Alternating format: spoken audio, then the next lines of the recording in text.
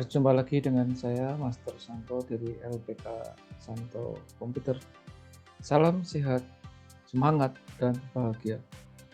Pada video pembelajaran Microsoft Excel untuk pemula kali ini, menginjak ke bagian ke-22. Pada bagian ke-22 ini, saya sekaligus menjawab pertanyaan dari beberapa penonton, bila mana menggunakan rumus if dan bila mana menggunakan rumus VLOOKUP, sekaligus apa perbedaan dari keduanya.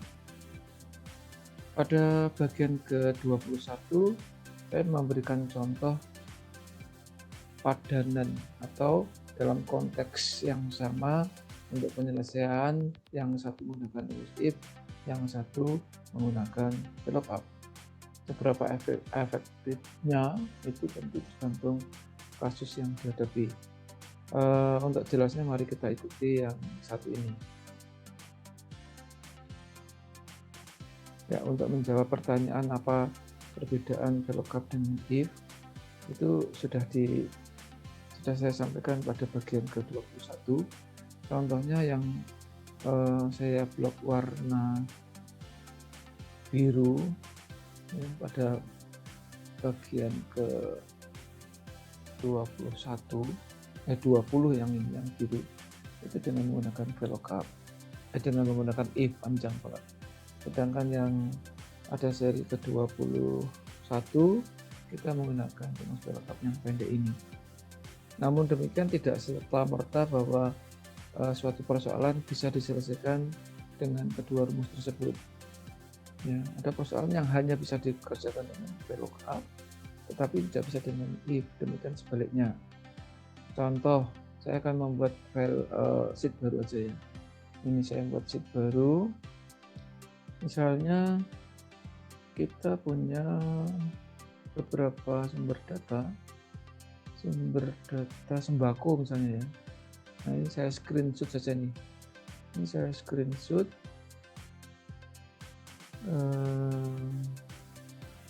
Ya. Saya screenshotnya pakai snap and sketch. Yang ini snap and sketch ya, bawaannya Windows. Saya screenshot. Ya, jadi kita punya tabel atau punya sumber data yang namanya sembako. Ini kita bawa ke sheet yang baru aja. Saya bawa ke sini. Nah, ini sekali lagi ini screenshotnya, sehingga bisa dikecilkan, bisa dibesarkan, tidak ada kaitannya dengan kolom dan baris. Nah, kalau kita cek misalnya BR7, tentu ini hanya efektif kalau kita menggunakan VLOOKUP, karena tinggal insert function VLOOKUP, klik ini terus menyebutkan tabel sumber datanya tadi sembako, kemudian kolom kedua atau 3 kalau mau harganya 0, selesai gitu. Namun bukan berarti ini tidak bisa dengan if, tapi bisa terlalu panjang ya, tetap bisa, tapi kita kan ribet susun 9. Nah, ini contoh bahwa untuk konteks ini hanya efektif, bukan tentang bisa dan tidak bisa ya. Efektif dan efisien menggunakan VLOOKUP. Dalam satuan tidak sampai 1 menit sudah jadi. Tetapi kalau ini digunakan rumus if tentu sangat panjang, belum tentu 10 menit selesai. Itu pun belum tentu benar. Kalau kita salah mengklik sel akan terjadi suatu kesalahan yang sangat-sangat fatal. Maka dalam konteks ini rekomendasinya harus atau wajib ya menggunakan VLOOKUP. Kecuali Anda punya banyak waktu luang dan mau iseng-iseng aja ya, silahkan menggunakan if, gitu penjelasannya. Nah, kemudian contoh yang hanya bisa if itu misalnya dalam rumus bersusun ya, rumus bersusun yang dalam konteks yang ini Nah ini hmm,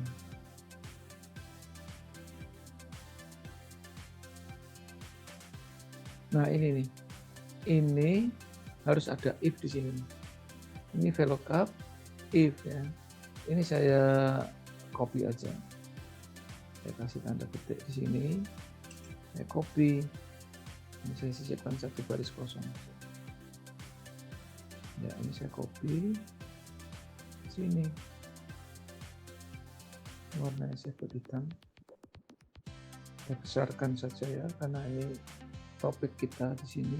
Nah ini. Saya perbesar. Nah, yang saya besarkan ini. Ya. Oh, besar kok. Di sini kalau kita perhatikan ada if di dalam VLOOKUP. If yang ini. Saya kasih warna agak beda.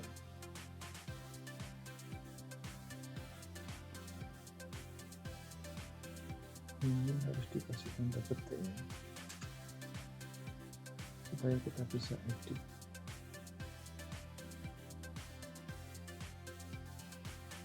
Nah ini saya kasih warna merah atau warna biru luar. Nah dalam konteks ini kita tidak bisa melakukan VLOOKUP, harus if ini. Artinya ini kan waktu kita membuat honor untuk jenis kelamin tertentu, kalau dia pria dia ngambil kolom kedua, mungkin ada angka 2. Kalau tidak dia ambil kolom yang ketiga.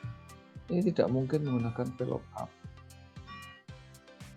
Sehingga kesimpulannya yang pertama bukan berarti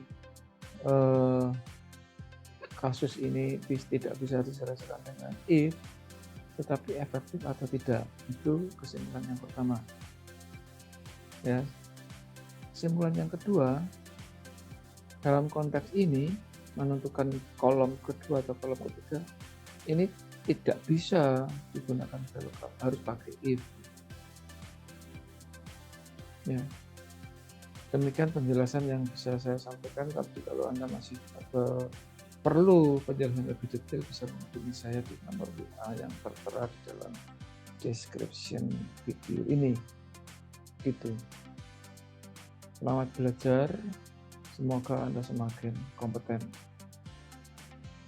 Dalam video-video selanjutnya saya akan lebih ke pembuatan layouting atau fitur-fitur pendukung dari rumus yang sudah kita buat. Sekaligus kita juga akan memanfaatkan beberapa pendukung lainnya di dalam VLOOKUP. Termasuk tentu nanti ada beberapa rumus pelengkap, terutama di dalam pembuatan suatu rekapitulasi.